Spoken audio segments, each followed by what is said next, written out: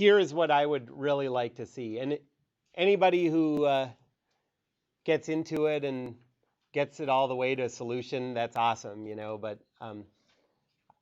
it's it'll take more time than really I wanted you to spend on a single problem set, So um, here is what I would like to see on that. I would like to see 5 free body diagrams and 5 sets of equations. Like 5 of those 6 members, you're going to need to come up with the equations. And in doing that, let me tell you, so this is sort of the what's analogous in 3 dimensions to what we've been doing in 2 dimensions. And this is what I wanted to see. The same way that like in 2 dimensions, you assume the pin is part of one member, right? So let's say, okay, so homework, what's this? 2. So if you have a bunch of members connected at a pin like this, okay? And let's say one is member 1, one's member 2, and one's member 3, okay? We assume that the pin is part of member 1, right? Like, so from a side view, member 1 looks like, well, let me write this. So assume that the pin is part of 1. So from the side view, member 1 looks like this, right? And then those other 2 just slide onto that pin, okay? And so member 2 and member 3 don't touch each other, okay? Like, you can imagine there's space in between them, right? All they touch is that pin.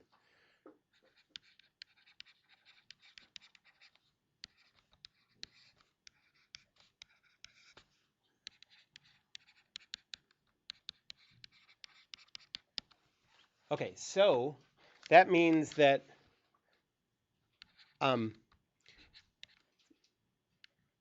force F12 and F21 exist, okay?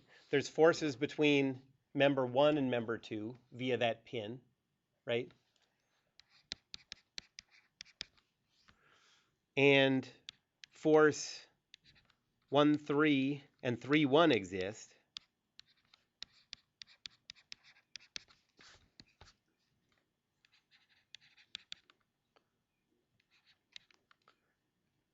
But F23 and F32 don't. Okay? They don't touch each other. They only touch the pin. Okay? Anybody have any questions about that? That's getting this stuff straight is always a tricky part of understanding structures. So if you have a question, you can ask me about that. Please do. But so now when we go to 3D, we're going to make the same assumptions.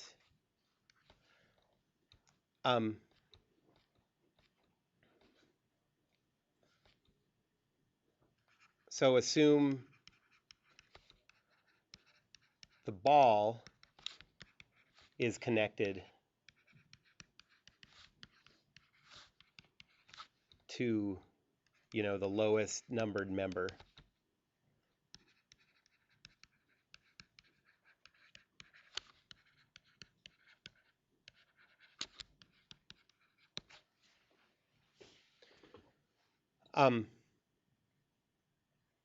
Then, so just picture this being a 3D picture. Member 2 touches member 1, member 3 touches member 1, but members 2 and 3 don't touch each other. It's just the same as in 2D. Well, in 2D, you could, you have this third dimension to draw this pin coming out into. In order to draw what's going on in the ball and socket joint problem, I need to draw something protruding in the fourth dimension. And I'm bad at drawing the fourth dimension. Every time I try to, it ends up looking like a unicorn.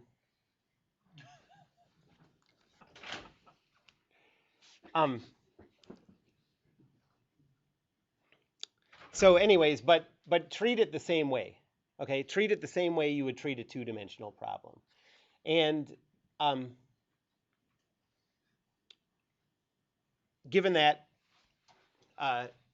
give me 5 free body diagrams, 5 sets of equations. I think it'll save you a significant amount of time to not punch that in and get a solution, because there's a couple things that come up. One is redundant equations. You get a lot of equations and they're not linearly independent, so you have to choose the right set to put into your matrix. Otherwise, it says there's no solution. The other thing is just when you get up to like 24 equations, the odds of getting it typed in without making a mistake somewhere are just really low, and so it would take a few times through typing it in. And so I will happily give full credit to people who turn in correct sets of, or even, show me that you understand how to set these equations up correctly. And if you get there, then that's good enough for me. And I'm sorry I made this such a long assignment. You guys will be happy to know that I won't give this assignment next year, especially you who are going to fail this class.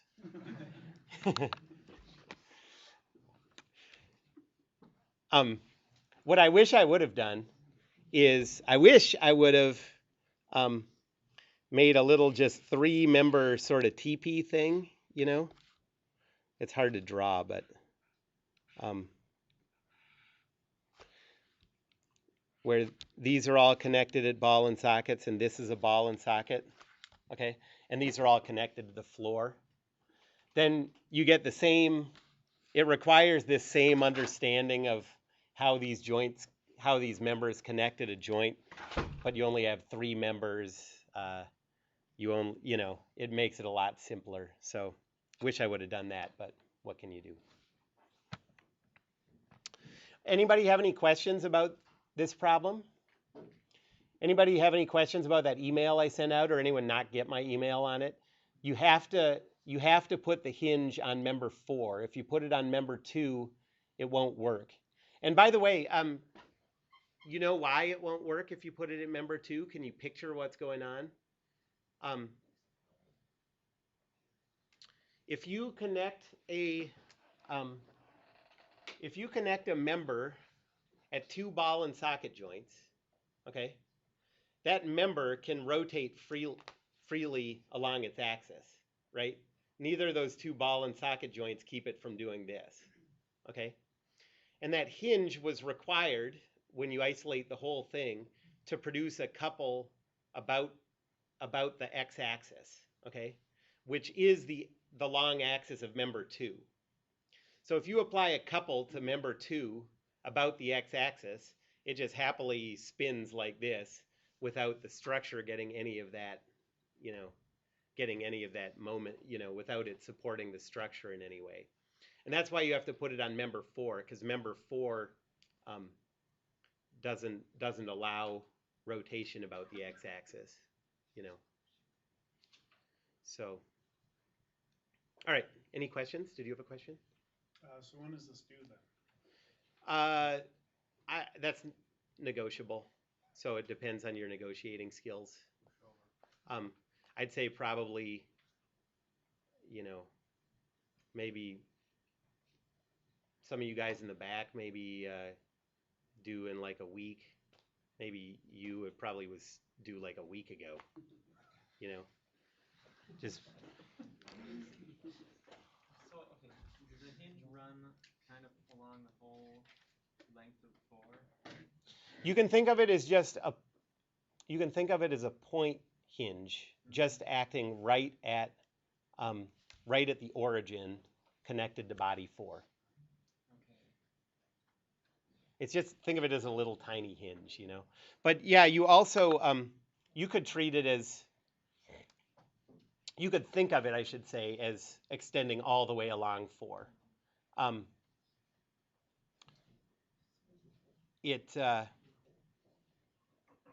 You can think of it that way, and it doesn't affect the math.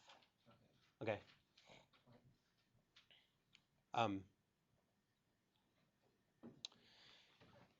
It might sort of affect where, if you were dealing with it practically, where you applied your point couple and where you applied your point force. Because if it's this whole long thing and you're still treating it as giving just a force vector reaction and a couple reaction, you'd probably want to apply those in the middle of the hinge, you know. So you'd probably apply it in the middle of the body somewhere. But there's no reason you have to. That's just sort of the way it's usually done. Any other questions? Okay.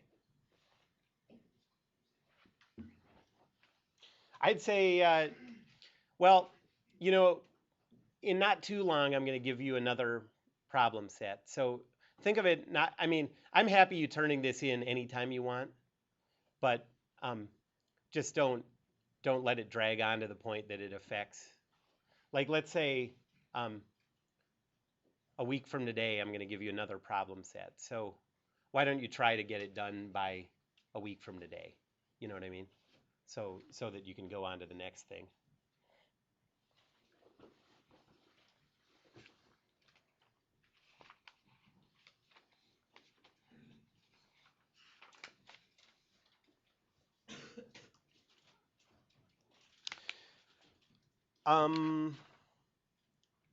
Okay, so last time we talked about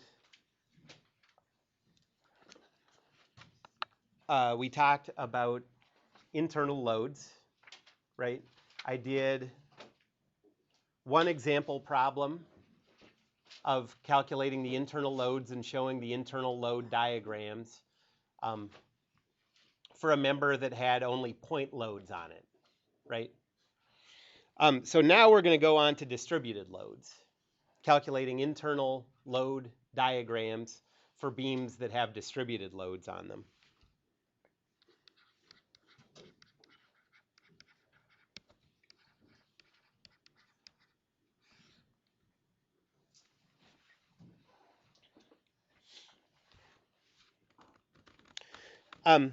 And really, you'll see that when there are distributed loads, it's all the ideas are the same, okay?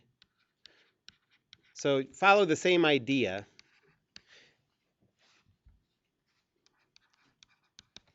But now there are important points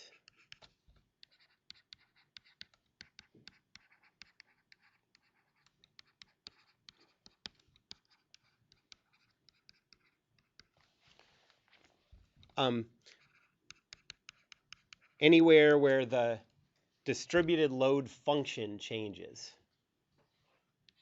where the function describing the distributed load changes.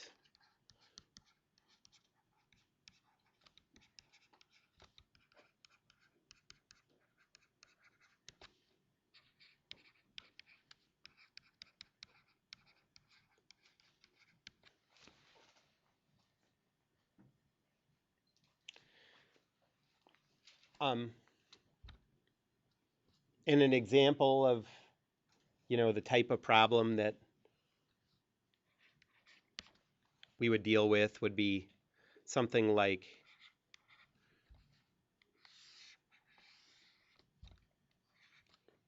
this.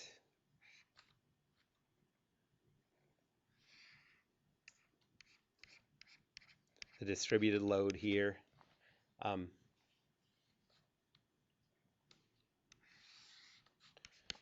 Say the mass of this member is, 100 kilograms. give lengths, give a magnitude for that distributed load. And there's something interesting that falls under this category of distributed loads.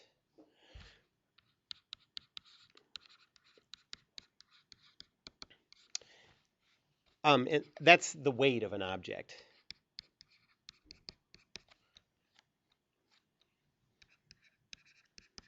So weight, remember, isn't a point force.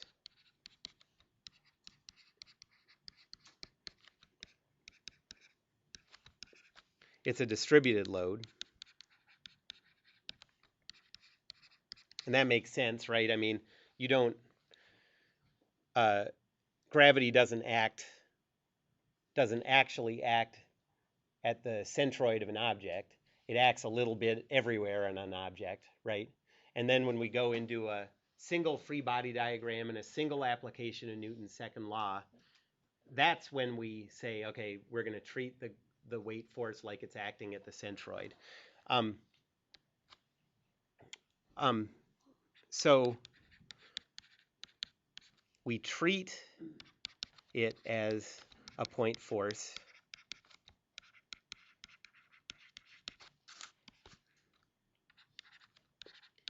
in any single free body diagram / Newton's second law. Okay? So once you've chosen your object or your chunk of an object to isolate, then you can figure out, then you can treat gravity as if it's acting at a single point at the centroid of the object. Okay? But overall, it acts as a distributed load, and we'll see that that gives different results. Okay?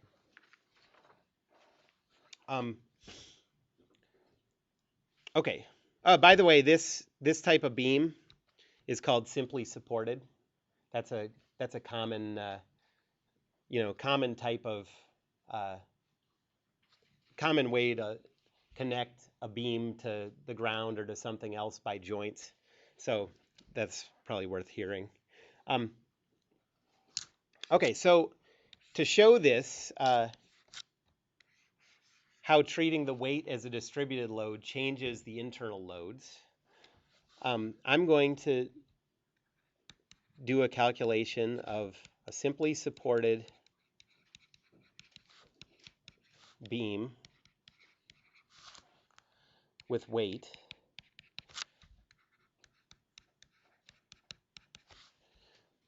I'm going to do it two ways.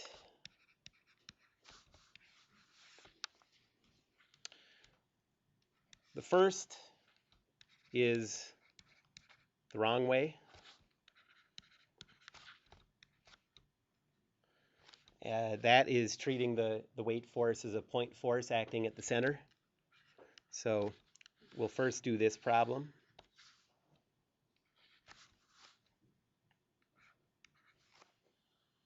I guess this mass is 1,000 kilograms, so that gives you a weight force of 98,100.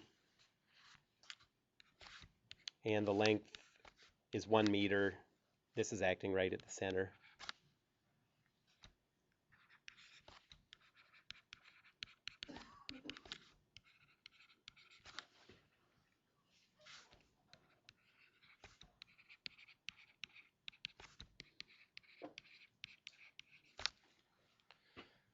And the second way, the way gravity really acts, is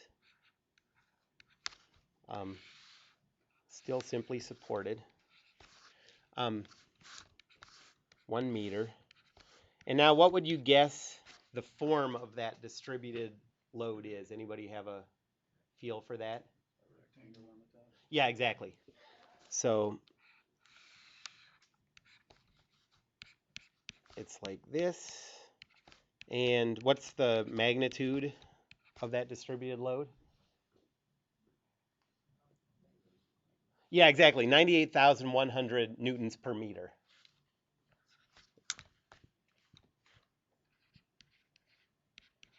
Because that thing's 1 meter long. Otherwise, we'd have to do math.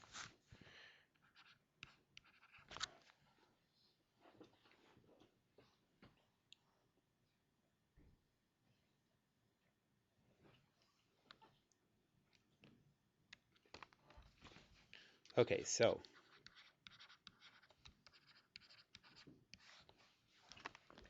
first the wrong way. So this is the problem.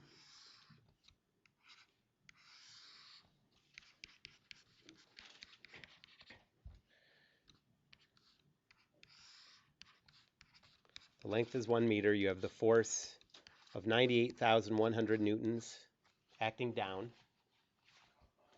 And we're going to calculate those internal loads. So first, take a free body diagram of the whole thing.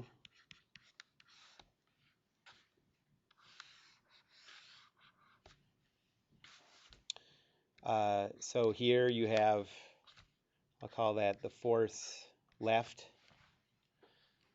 Is there a couple applied at that joint? No. Nope. And what's the force? What type of force is acting at this roller? Yep. I'll just call that, I guess I'll call that FR. Oops.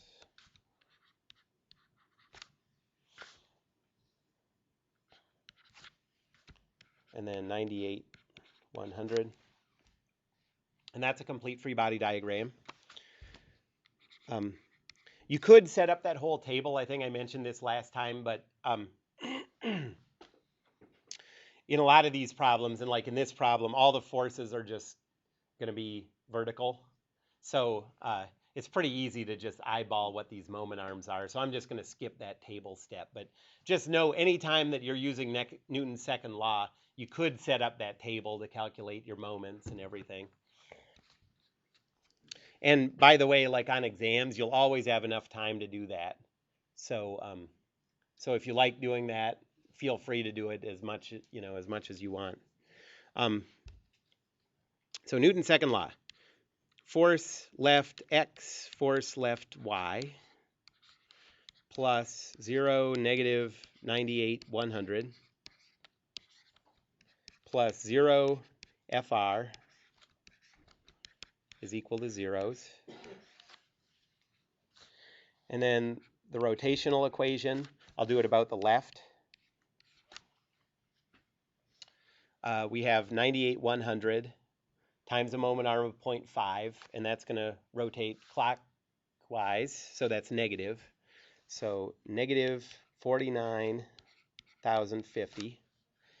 And then FR has a moment arm of 1. That's going to be counterclockwise, so plus FR equals 0. And so you get FR is equal to 49,050, and FL vector is 0x, and 49,050y.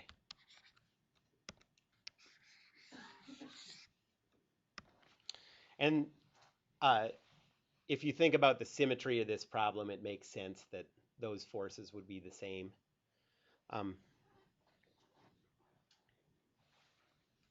So now let's go on to cut 1. And by the way, how many cuts are there going to be here?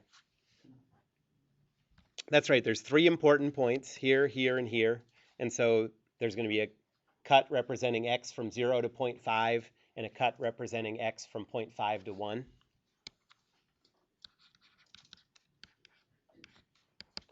So for the first one, representing x from 0 to 0.5,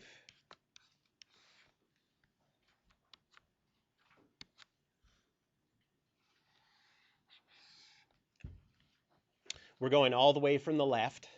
So we have this force of 49,050. And what other loads are acting?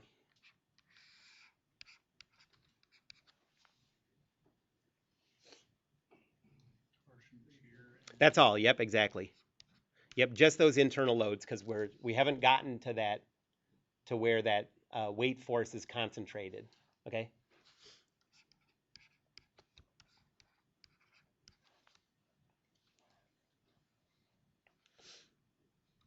Okay, so Newton's second law says 0, 49,050 plus T0 plus 0, negative v is equal to zeros. So there's no tension, and the shear force is 49,050.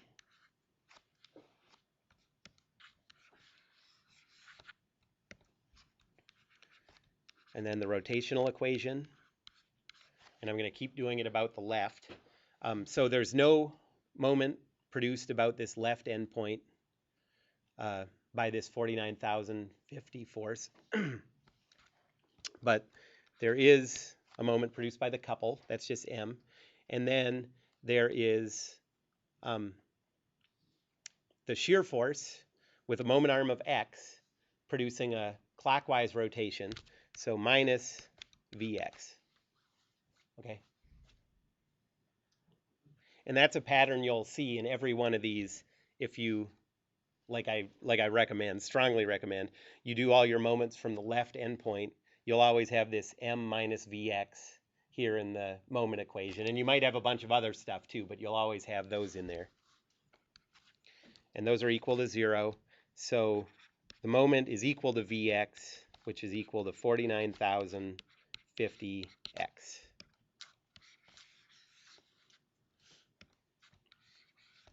And these are valid for x between 0 and 0.5.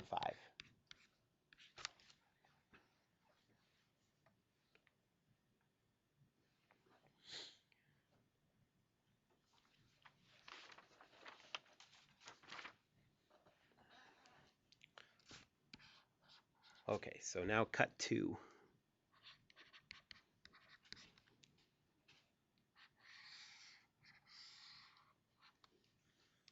We're going all the way from the left, so we still have this force, 49,050. What other forces are in here?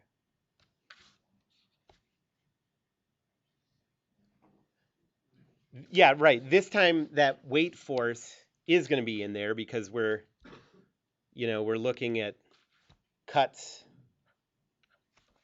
like this or this,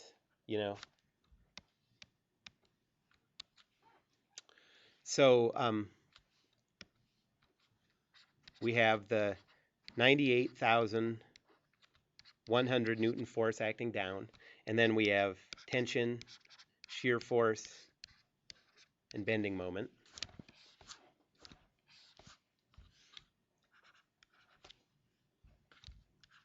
Newton's second law says 0, 49,050, 0, negative 98,100, plus T0, plus 0, negative V is equal to 0, 0. So T is still equal to 0. V is equal to negative 49,050.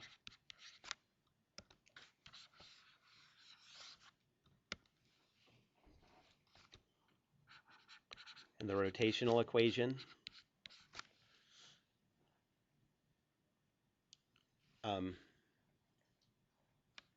So this time we do have a moment produced about that left endpoint by that weight force. It has a moment arm of 0.5. So, and it's going to produce a clockwise moment. So we have this moment of negative 49,050. And then minus or plus m minus Vx is equal to 0. So m is equal to negative 49,050x plus 49,050.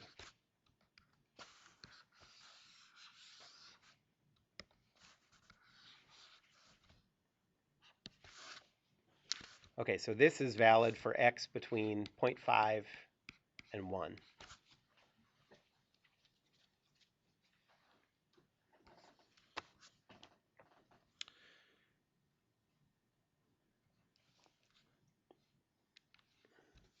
So now we have to plot these. So there's the tension,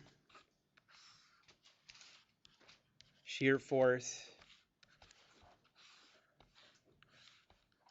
and bending moment.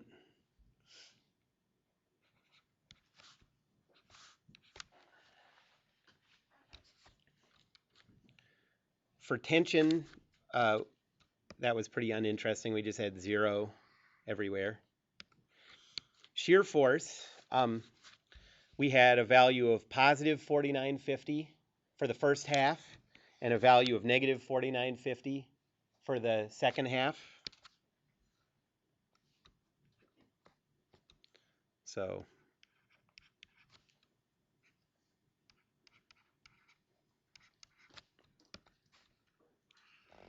it looks like this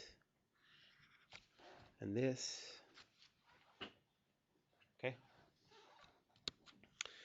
And then we have a line going up to 24,000, half of 49,050, 24,000.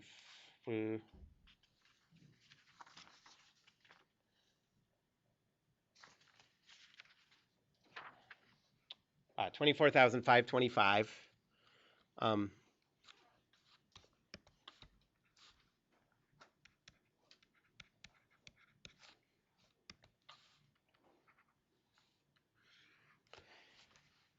And then, given that this second equation is linear, can you tell me what this would look like without plotting it?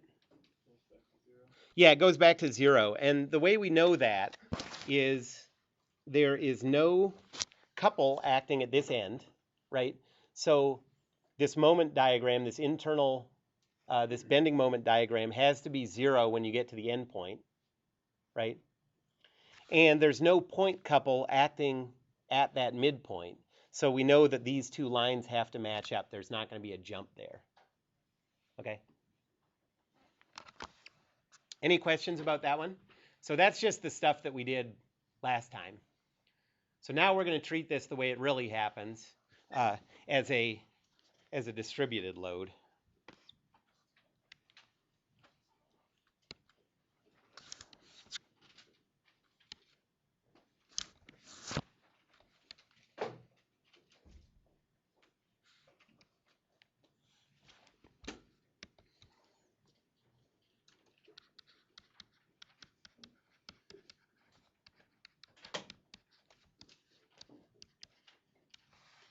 Anybody have a guess, by the way, at anyone who hasn't taken deform have a guess at what's going to be, what's going to change? The bending moment will be probably more linear, or not linear, but flat across the span. Basically, it's going to be, these are sort of rough, like think of them as kind of numerical approximations of what we're going to get in the real case. So we're going to get this step function approximates a diagonal line, and this pair of lines approximates a parabola. Okay, so we're going to get a parabolic shape from the distributed load.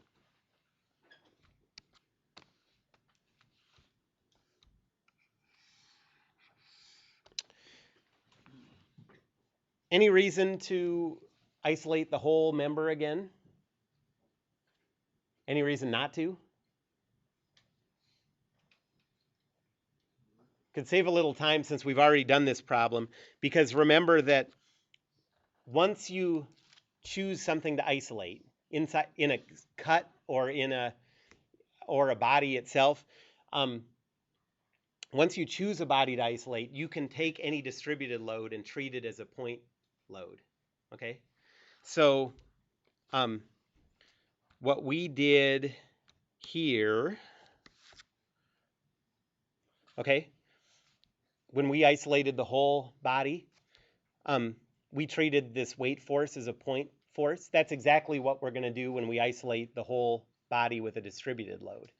Okay, so I'm just going to start with what we figured out last time because that's not going to change. Anybody have any questions about that? Understand why I say that?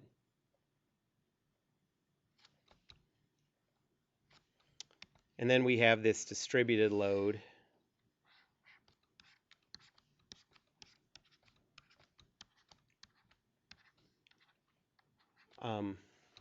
And that was 98,100 newtons per meter.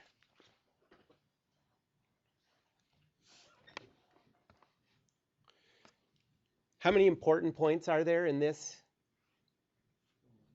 Yeah, there's only one because, well, sorry, there's only going to be one cut. There are two important points, the two end points, right? The other things you look for are point loads or else places where the distributed load function changes, right? This distributed load is the same all the way along, so we're representing it with the same function. So we only have to make one cut. So cut 1 is valid for x anywhere from 0 to 1.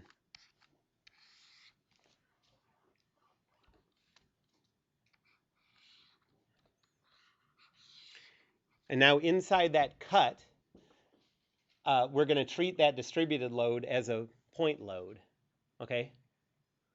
So what's any different than treating it as a point load the whole time? I mean, we treated it as a point load when we isolated the whole thing, and now we're going to treat it as a point load when we isolate a single cut. So what's different? What's different is how much, like this cut has to represent any length piece where this endpoint goes from say 0.001 to 0.999. Okay, it has to represent all those. And this distributed load, depending on how much of the member you're looking at, between 0.001 and 0.999, that distributed load is applying a much greater or smaller magnitude of force, right? It also is applying that force at a different place based on how much you isolate. Okay, so if the distributed load is 98,100 newtons per meter, and this member has a length of, or this piece has a length of x, then what's the total force being applied? Yeah, 98,100x. And it's going to be applied since this cut, maybe I should first write it like this. Okay.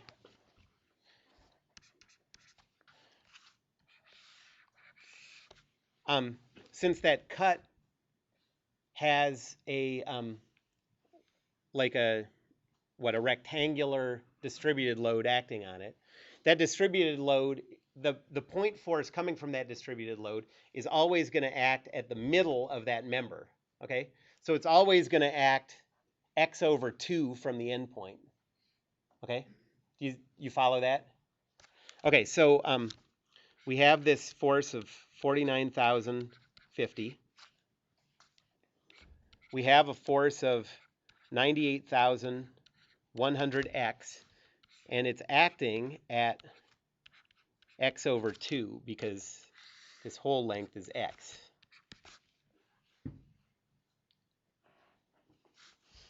And then we have the internal loads, T, V, and M.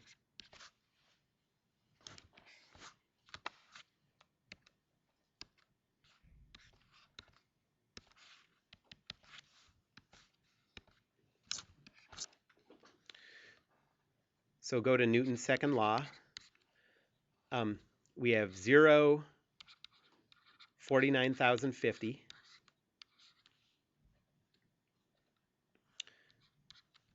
0, negative 98,100x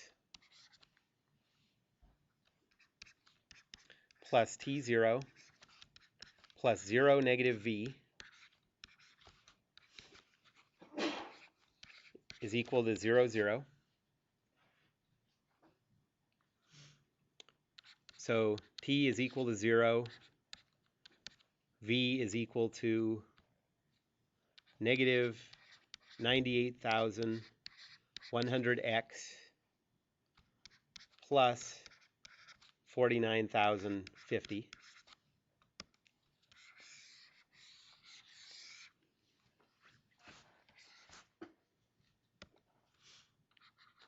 And then the rotational equation.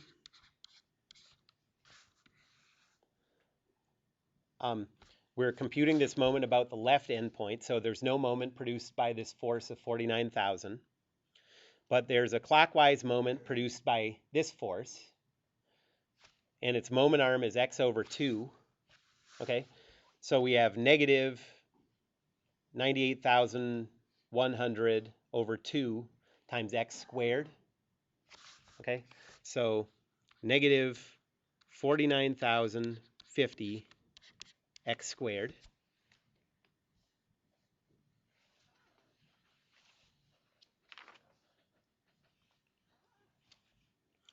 And then we have, let's see, then we have moments produced by m and v again. So plus m minus v times its moment arm, x, is equal to 0. So m is equal to 49,050 x squared plus Vx, so 98,100 x squared. Sorry, I'm skipping too many steps for my VIC-20 brain. Okay, so V is negative this, right? So this is negative, and then plus 49,050 x. Okay.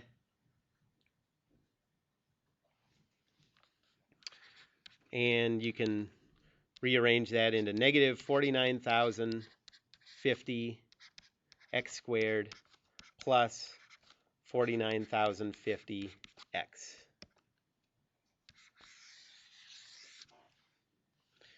And these are valid for x between 0 and 1.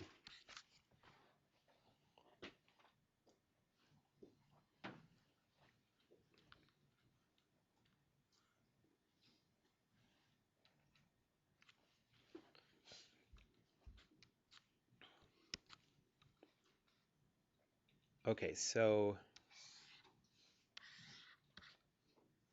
there's tension, shear force, and bending moment.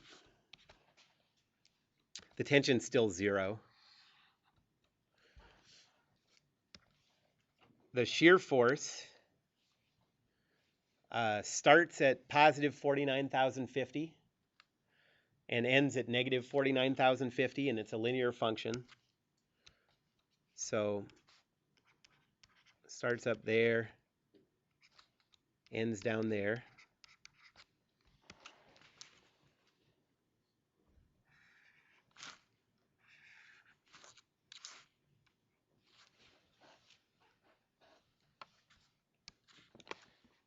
And the bending moment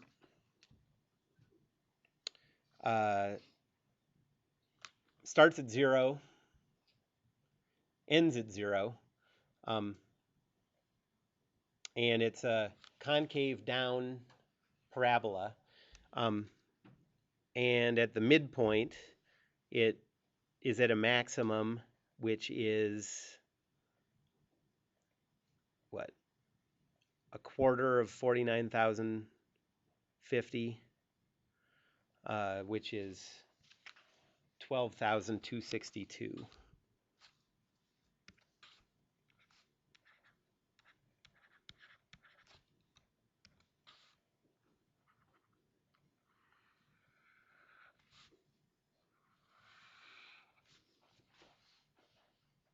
Okay.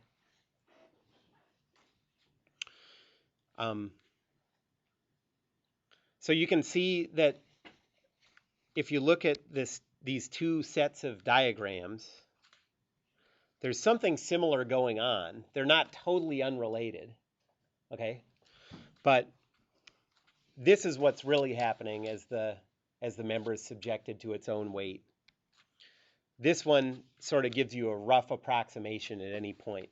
So you get this trend, like for example, in the shear force, that the shear force does drop from 49,000 to negative 49,000. It's just that it should do it linearly, and this makes it look like a step function when you treat it as a point force. And you also get this similar, concave up structure, concave down structure above 0, although this one gives you a maximum if you treat it as a point force that's too high, and it makes it look like it's going to be linear when it really should be a parabola. Okay.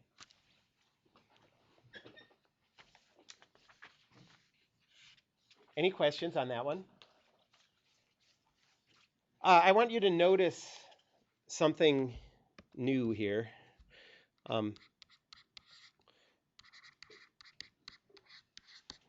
So first of all is the stuff that we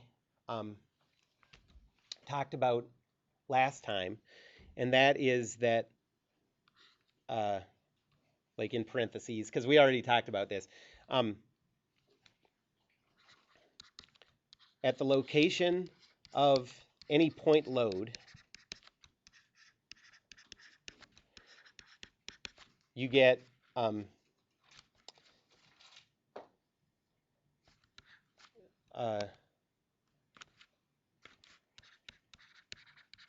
a jump of the same magnitude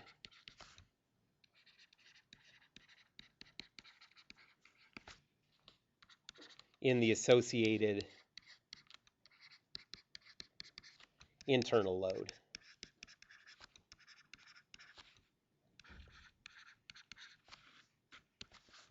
Okay, so you see this in the example where we were treating the gravity force as a point force.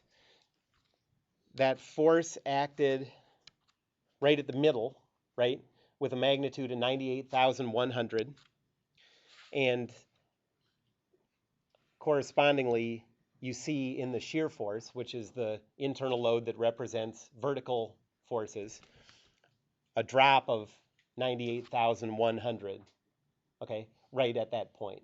So you'll always see those corresponding jumps in the internal loads when you have a point load applied. And you'd see that with couples applied too, okay? It's just that we don't see those as often in problems. But if you had a point couple applied, like say a screwdriver was applying a couple at a point, you'd see a jump in the bending moment diagram at that point. The second thing is dm dx is equal to v.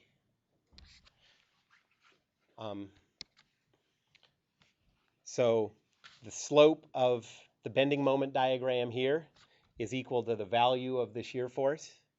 The slope here is equal to the value of the shear force. And we saw that in our distributed load case too. If you take the derivative of this, you get this line. Okay. But now the new one. And the new one is, I want to make sure I get this right.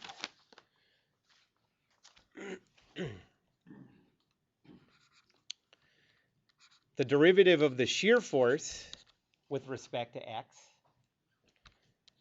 is equal to the negative distributed load, okay, where this Q is a downward distributed load.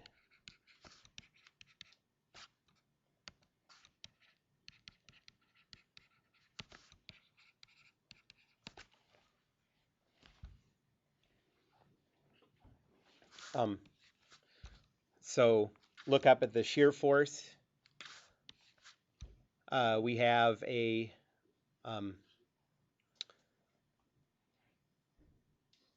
function that has a slope of negative 98,100, okay? And our distributed load was positive 98,100 downward, right?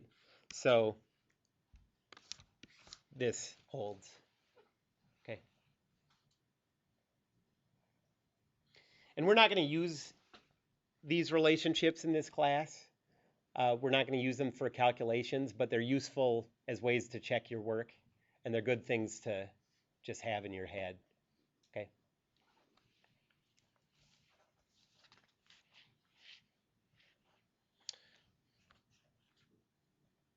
Okay, who's bored of sitting there? No one?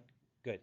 Because I could do this next problem as like you guys work together on it, but I think it would work better if I just did it again. So, all right. But then you have recess after. So, but no throwing ice balls. What? The circus? Oh, oh. Dang. I thought there was a circus. I could go to circuits and see how bad it is. I'm sure it's fun.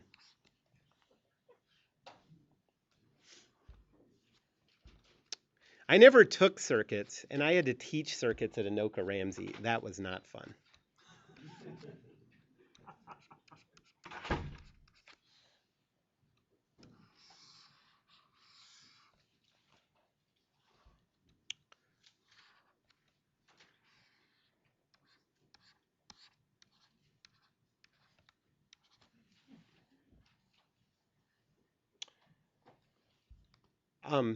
Okay, so you have this time a triangular distributed load with a magnitude of 30,000 newtons per meter.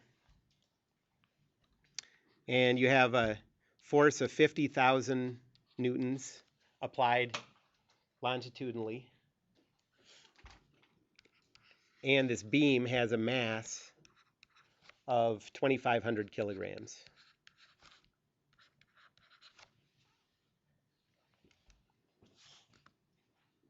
And it's cantilevered at the right. That's a very good question. That is 2 meters, just to change things up.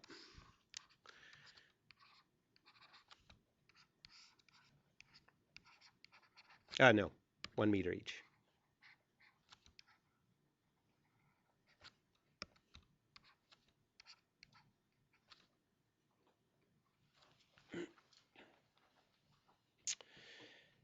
All right, well,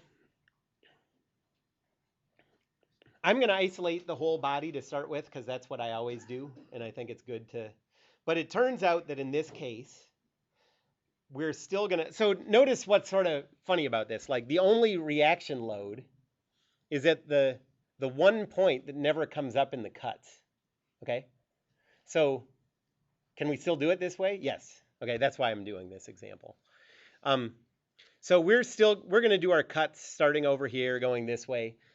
We'll never have to deal with these forces, and therefore isolating the whole body to calculate those reactions doesn't even help you in this case, okay? But it's a good thing to do. But actually, now that I think about it and look at the clock, I'm not gonna do that.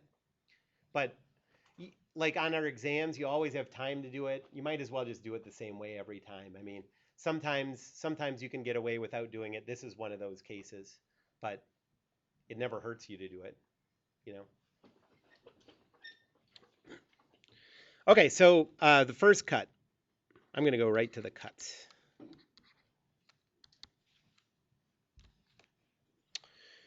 How many important points are there?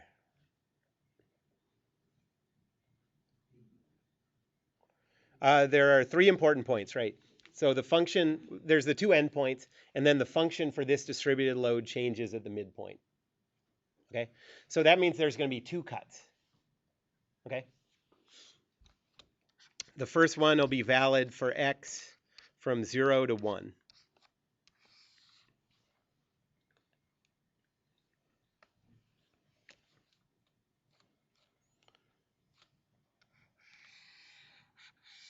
All right, so we have this force of 50,000 newtons, and we have these internal loads. I'll get those out of the way first. And now we have these 2 distributed loads to deal with. One is the triangular load, and one is the load due to gravity. Okay, so this triangular load is going to be acting over this whole region, right? Anywhere, if the right end is anywhere between 0 and 1, this triangular load covers the whole thing. So what's the question is, what's the height of this triangular load going to be over on this end? Because we don't, it's going to vary depending on how big x is. You know what I mean?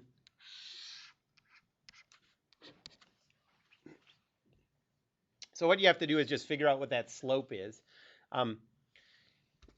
This line has a slope of 30,000 per, over 1.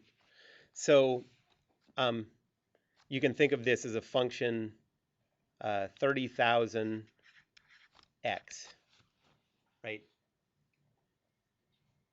That's the equation for that line in y-intercept form. And then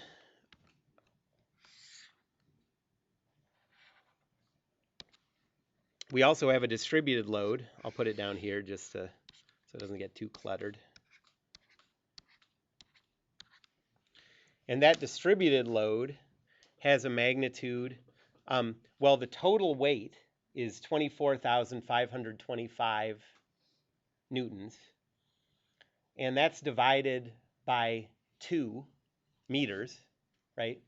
So this distributed load is going to be 12,262.5 newtons per meter. And now that we have those expressed, we can treat these as point loads.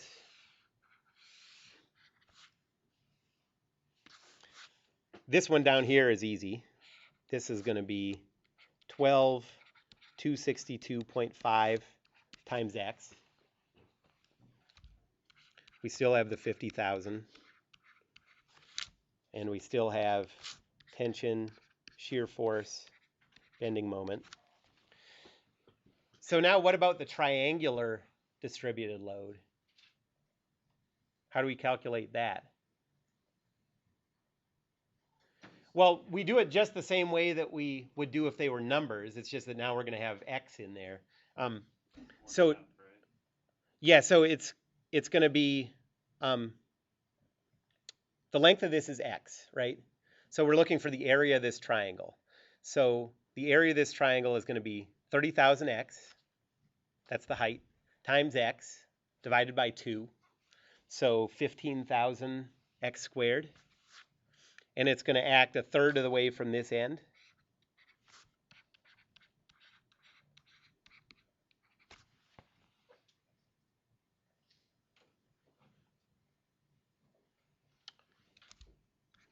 Or in other words, this distance is 0.667 x.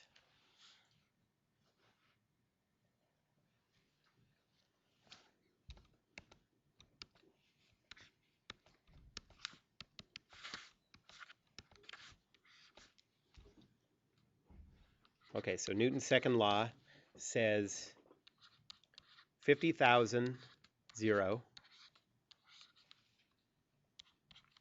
plus 0, negative 15,000, Yes, thank you.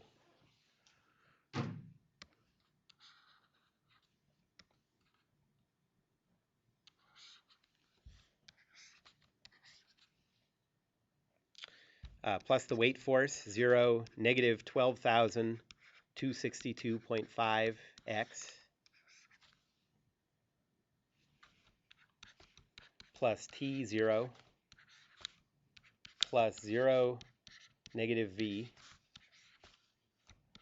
is equal to zeros. So t is equal to 50,000. And v is equal to negative 15,000 x squared minus 12,262.5 x.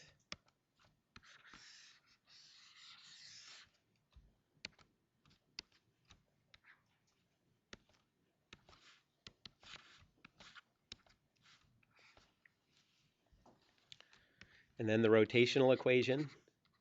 This gets even messier because you have x's in your moment arms and even some x squareds in your forces.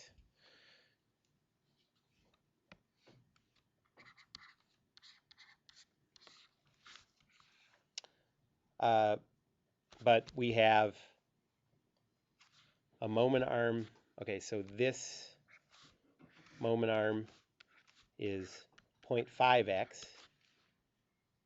Is everyone following this geometry? I mean, that's all this is here, but it still can get a little confusing. Okay, and this will produce a clockwise moment, so you have a negative 0.5x times 12,262.5x, which is negative 6,131.25 x squared. And then you have a clockwise moment produced by 15,000 x squared with a moment arm of 2/3 x. So you get negative 10,000 x to the third.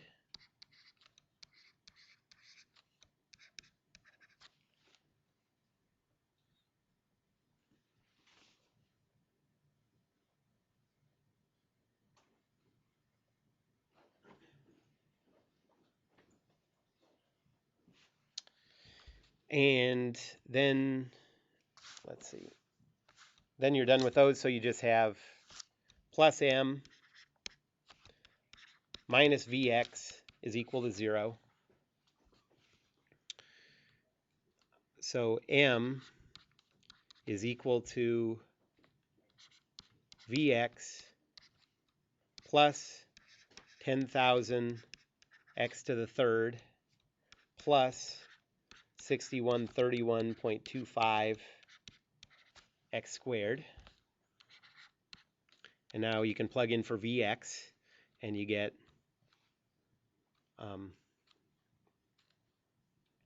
negative 15,000 x to the third minus 12,262.5 x squared plus 10,000 x to the third plus 6131.25 x squared. So m is equal to negative 5,000 x to the third minus 6,131 x squared.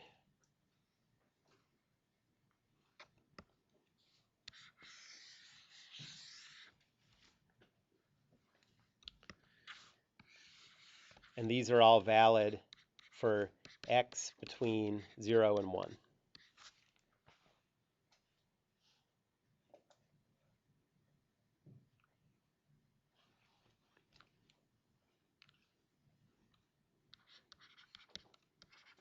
Okay, now cut 2 for x from 1 to 2.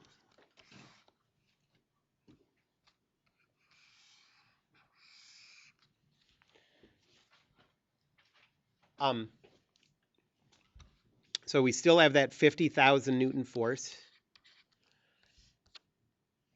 This time, that triangular force is not going to make it all the way to the end, right? Because if the right end is between x and 2, we've gone past where that triangular load ends. So tell me how to represent this triangular distributed load now. Like, what's the magnitude of this distributed load at this endpoint?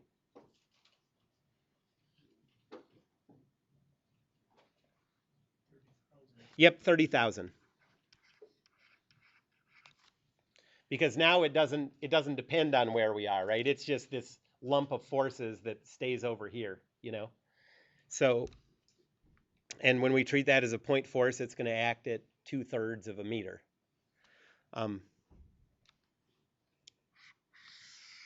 But the weight force still acts and still depends on how long our x is. So this still has a magnitude of 12,262.5. Still have tension, shear force, bending moment.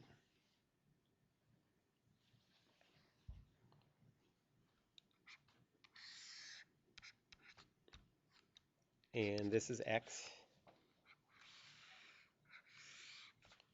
Okay, so now I can represent these as point forces. So 50,000 T, V, and M. And then we have 30,000 times 1 divided by 2, so a 15,000 Newton force acting down with a moment arm of 0.667. And then, then we have a weight force of 12,262.5 times x.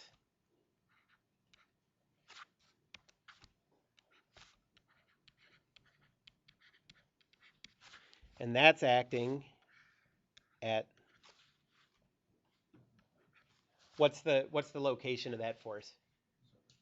X over 2, exactly.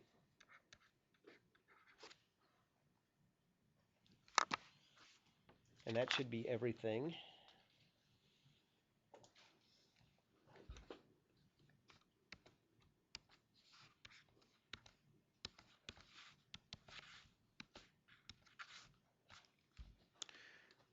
Okay, so Newton's second law says negative 50,000, 0,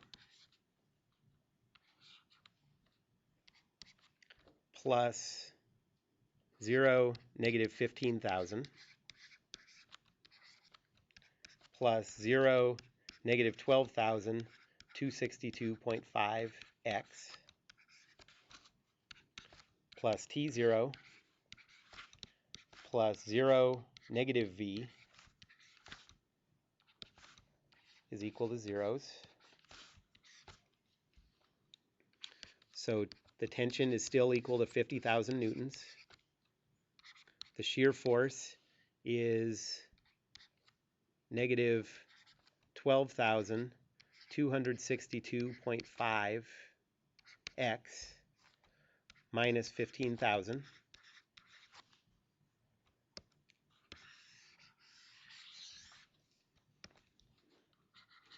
And the rotational equation,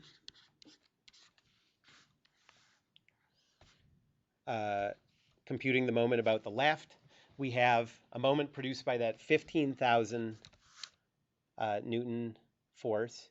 That's going to produce a clockwise rotation, so that's negative 10,000. Then you have a moment produced by this. That's also going to be clockwise, so 12,262 over 2 x squared. So negative 6131.25 x squared.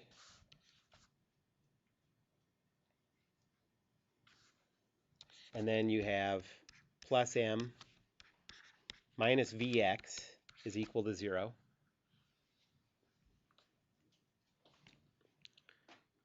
So m is equal to 6131.25 x squared plus 10,000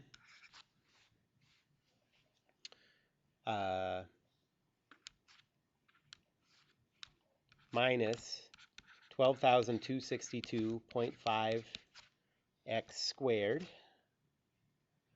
minus 15,000 x. And that gives negative 6131.25 x squared minus 15,000 x plus 10,000.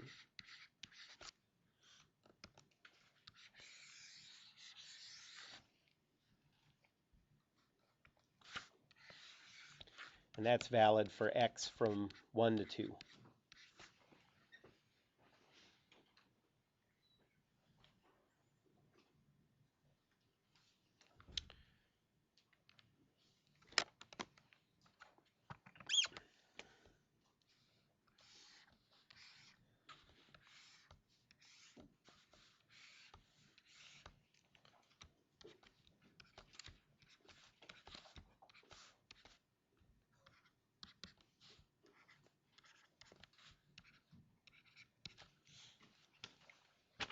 And so if you plot these, you get a tension of 50,000 all the way along the beam. That positive value of tension means that it's in tension, like these loads are stretching the beam. For the shear force, you get a parabolic shape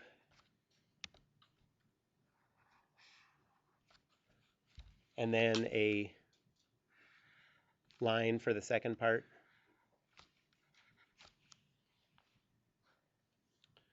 And for the third one, you get, for the bending moment, you get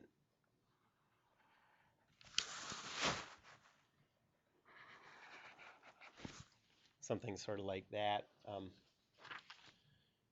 where you start with, for the first half, you get a cubic function.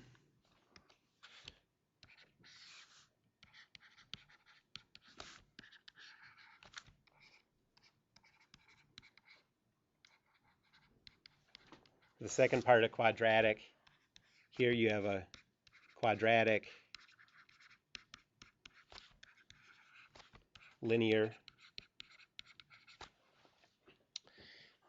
And if you look at these values,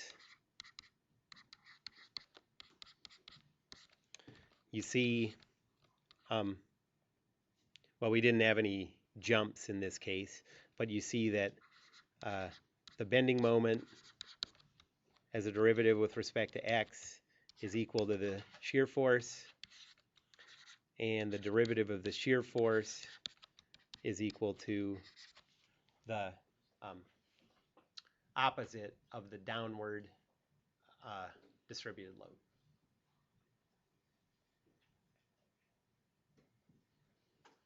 Any questions on that? Okay, so I'm going to give you questions that combine this with structures. So you'll have to solve structures and then go inside the structures to individual members and calculate internal loads. And that's sort of a step along the process of figuring out, how to build like a 35W bridge that doesn't collapse.